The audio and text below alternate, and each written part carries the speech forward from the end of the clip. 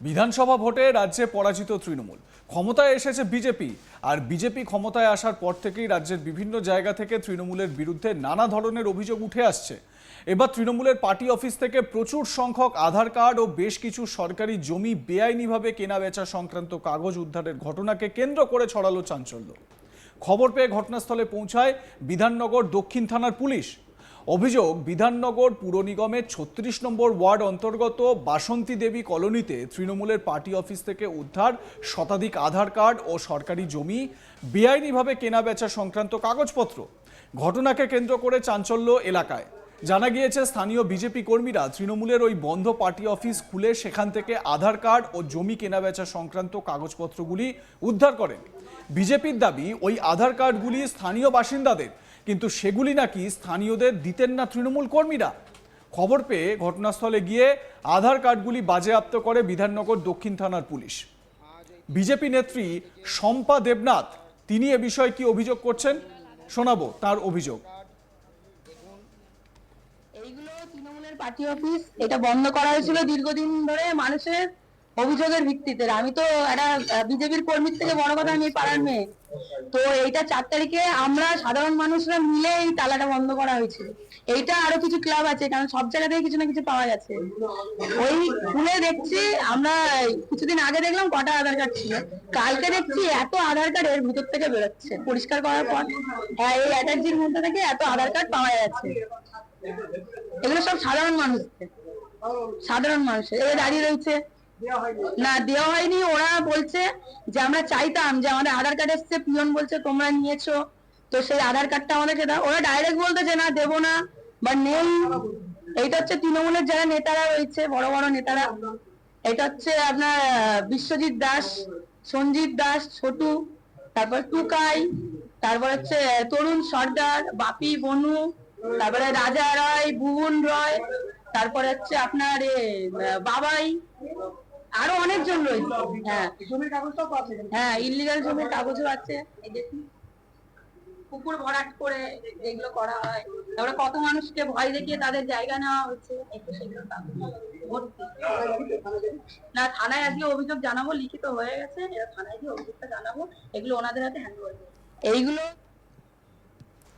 এর প্রসঙ্গে বিধাননগরের বিধায়ক শারদ মুখার্জি কার্যত বলেন, তৃণমূল যে জোর করে ভোট নিত তা এই ঘটনার দ্বারাই বোঝা যাচ্ছে, এবং এলাকায় একটা সন্ত্রাসের বাতাবরণ তৈরি হয়েছিল বা তৈরি করা হয়েছিল সেটাও স্পষ্ট। বিজেপি বিধায়ক শারদ মুখার্জি কি বলেছেন শুনুন তার বক্তব্য।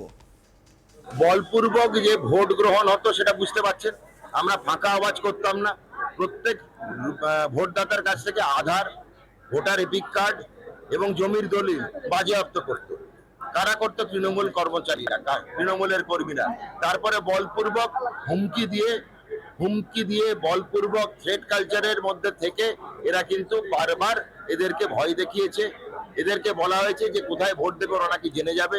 সেই জন্য এই মানুষগুলো যারা এগুলোতে একটুতেই বিচলিত হয়, সবার তো একরকম চিন্তাটা থাকে না, তারা এর বলি হয়েছে, এই থ্রেট কালচারের বলি হয়েছে। এখন থেকে বললাম ৪ঠা মে ২০২৬ ভারতীয় জনতা পার্টি মুক্তি দিয়েছে বাঙালিকে। শাসনের আইন আর চলবে না, শাসকের আইনের দিন শেষ, আইনের শাসন চলবে। দেখুন, জায়গায় জায়গায় তৃণমূলের পার্টি অফিস থেকে নানান ধরনের এই ধরনের ঘটনা সামনে আসছে। আপনারা আজ তাক বাংলাতেই দেখেছেন যে পার্টি অফিসের ভেতর থেকে উদ্ধার হচ্ছে বোমা। আরামবাগ সদরে এই ঘটনায় স্বাভাবিকভাবে চাঞ্চল্য ছড়িয়েছে ওই এলাকায়। এর পাশাপাশি আজ তাক বাংলার খবরেই আপনারা দেখেছেন যে পার্টি অফিসের ভেতর থেকে আধার কার্ড, জব কার্ড, এমনকি জমির দলিল উদ্ধার হয়েছে।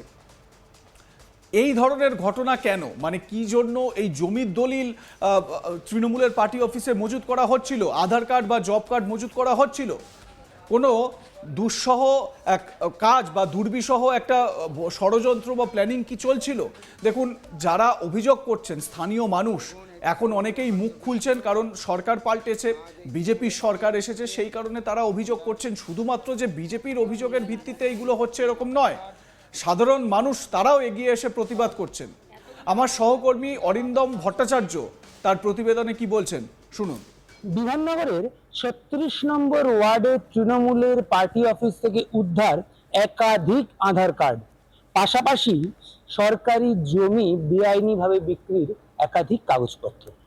রোববার দিন সকালবেলায় বিজেপি কর্মীরা বন্ধ থাকা ওই তৃণমূলের পার্টি অফিস খুলে যখন ভেতরে ঢোকে এবং ভেতরে ঢোকার পরে তারা দেখতে পায় যে সেখানেই রাখা রয়েছে একাধিক আধার কার্ড এবং বেশ কিছু জমির কাগজপত্র, যেগুলো সরকারি জমি বেআইনিভাবে কেনাবেচা হয়েছে এমনটাই কিন্তু অভিযোগ। সঙ্গে সঙ্গে তারা খবর দেয় বিধাননগর দক্ষিণ থানা এবং সেই ঘটনাস্থলে উপস্থিত হয় বিধাননগর দক্ষিণ থানার পুলিশ, এবং তারা সেই সমস্ত আধার কার্ড এবং সেই সমস্ত কাগজ কিন্তু সেখান থেকে সিজ করে নিয়ে যায় এবং তারা এই পুরো ঘটনার তদন্ত শুরু করেছে। যে আধার কার্ডগুলো সেখান থেকে পাওয়া গেছিল সেগুলো কিন্তু সেখানকারই স্থানীয় লোকেদের আধার কার্ড।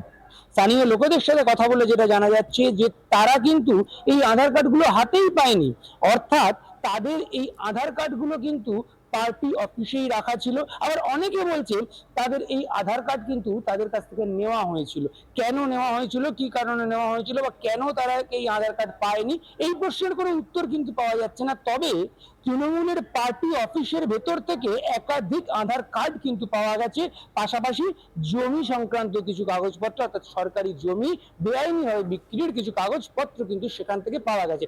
এই বিষয়ে বিধাননগরের এমএলএ ডক্টর শারদত মুখার্জি তিনি কিন্তু বলছেন যে সাধারণ মানুষের কাছ থেকে ভয় দেখিয়ে কিন্তু এই আধার কার্ডগুলো নিয়ে নেওয়া হয়েছিল বা তাদের কাছে রেখে দেওয়া হয়েছিল, এবং এই ঘটনার পূর্ণ তদন্ত হবে এবং তদন্ত করে কে বা কারা এই কাজ করেছিল বা কারা দোষী সেই অনুযায়ী কিন্তু ব্যবস্থা নেওয়া হবে।